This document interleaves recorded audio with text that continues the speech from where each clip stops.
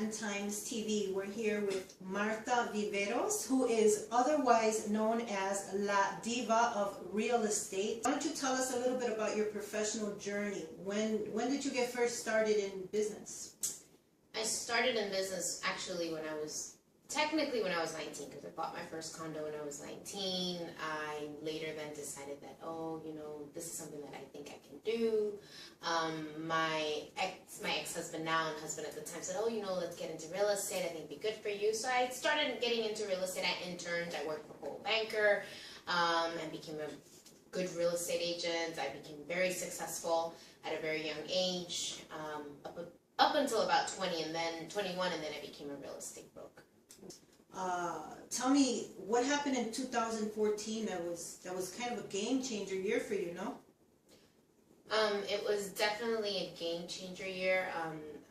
Jorge and I, who is my ex-husband and ex-partner in B&B Real Estate, decided that we needed to part ways. So 2014, I would say I fell apart, but I also grew back apart, or back together, sort of say. So it was a bittersweet year, because I think I became happier, even though my circumstance was very, very difficult.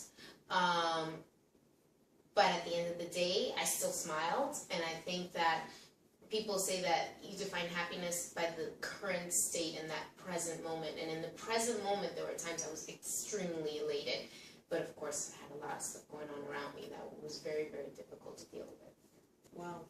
Well, I know 2014 also meant a new venture for you, a new company. Can you tell us a little bit about that?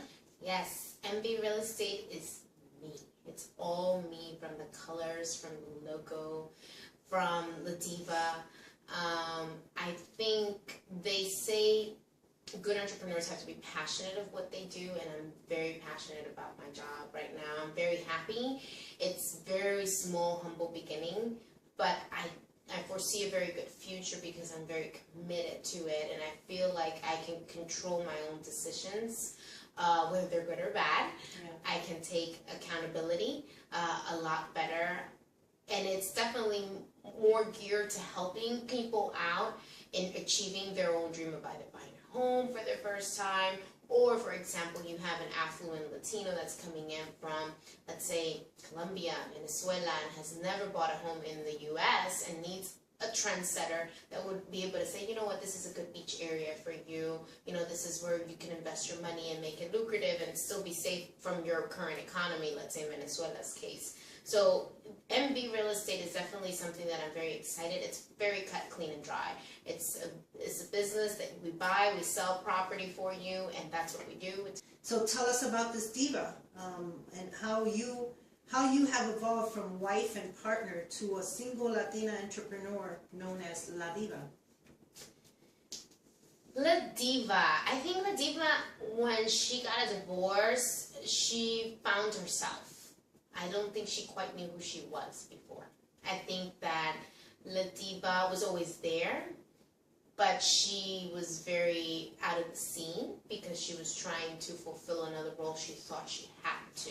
So La Diva is a fun girl, and that little by little, actually, I realized more who she is. When I created her, I thought I was going to only attract high-end income properties, but I realized that La Diva is just a young real estate professional that every real estate investor, homeowner is just seeking, and it's just her. They want her, not necessarily the affluent buyer. They want to deal with her. She's fun, she's goofy, she loves dogs, she's Colombian, she's Latina, and she's a fashionista, so she blends in and kind of camouflages depending the scenario. I didn't think that that's how it was going to end up being, but it seems like that's how people accept her to be.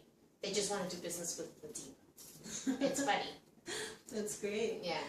What advice can you offer someone that is going through a difficult time in their personal relationship but having to continue running a business? I think the first advice I would say is you really need to look at God. And I would say no more than that, because even though I wouldn't say that I'm a churchgoer. I don't go to church every Sunday. I'm not going to read you a scripture. I did grow up in church, but I know the Bible. But, you know, I think it's more than just knowing the Bible. You have to really look inside. And there are times that no one, not your family can help you, your friends can help you, just God can really look in there. And I think when you sit in your bedroom and it's just you and God, you realize that, you know, no one else can help you. No one, you know, you got to get your own act together on your own with God's help. If you are going through a tough time and it's your business, and you have to realize if this is what you really want. If this is what you really want, you fight. You fight and you fight hard. If it's not what you want, you got to find what you want. If not, you're never going to be happy and you're never going to be successful. So I would say, you know, those three things, but the main thing, you got to pray, you got to believe in God, because it's the only thing that's going to put you through. So who is your hero or role model that you admire, and why do you admire them?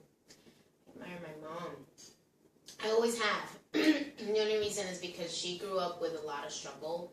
She had the same ideas growing up like me. She wanted to help her family. She's a dreamer, just like me. It's funny though, as I age, I realize I become her more and more, which when I was little, I was not going to be like my mom. I'm not going to be like my mom. And now I'm like, oh my God, I'm her, you know, in different ways. You know, we're still different, but a lot of my core beliefs and my decisions derive from what she taught me. So I would say that she's my role model because the woman fought hard. Well, thank you for taking the time to chat with us today, and we'll definitely look for future conversations. And is there anything else you want to tell us? I want to thank you both. Thank you so much for we love everything. you. I know you do, but I still want to thank you. You know, you guys were there, and Victor really reached out to me on his own accord. Yeah. I didn't even, you know, say anything. I think he figured it out, and I think that was probably God telling him, you know, she needs love. Yeah. She needs attention, and she needs prayers, you know, and it's probably the amount of prayers and the tears that he probably saw. Yeah. You know, because, you know, they say you fight out in the world in public, but you cry in silence, you know, and that, I think that's good, you know. I appreciate that very much. Thank you. Well, we love you. Love and you thank too. you. No problem. That's a wrap.